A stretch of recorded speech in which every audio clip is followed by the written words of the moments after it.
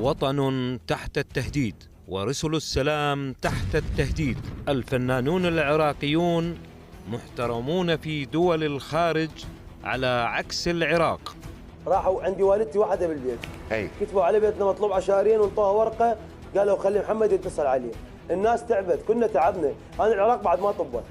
وانت عراقي، ولن نسمح لاحد ان يختزل العراق لان يعرف فلان وفلان.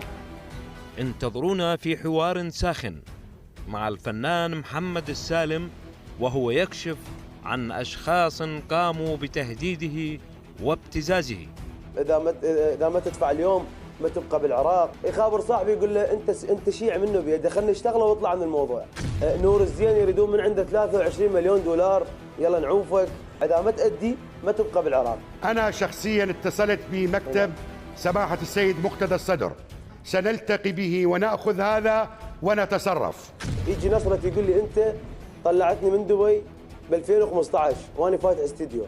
هل حصل فعلا اجوك عشيرته وهددوك وقالوا لك لو تطلع لو تفصل؟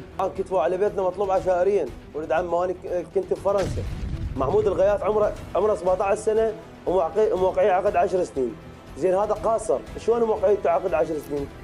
نقابة الفنانين العراقيين تتخلى عن محمد السالم وتطالبه بهوية النقابة. مناشدات من الفنانين العراقيين وهم يتعرضون للتهديد والابتزاز.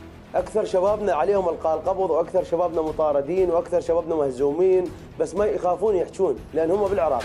هل من الممكن احنا ب 2020 اكو واحد يقول للواحد انت سني وانا شيعي؟ اي شيء يصير علي انا او اهلي اذا نصرة البدر، لان هو مهددني انه اذا ما انطيته فلوس راح يسوي بي، يقول لي اعوقك مدى حياتك.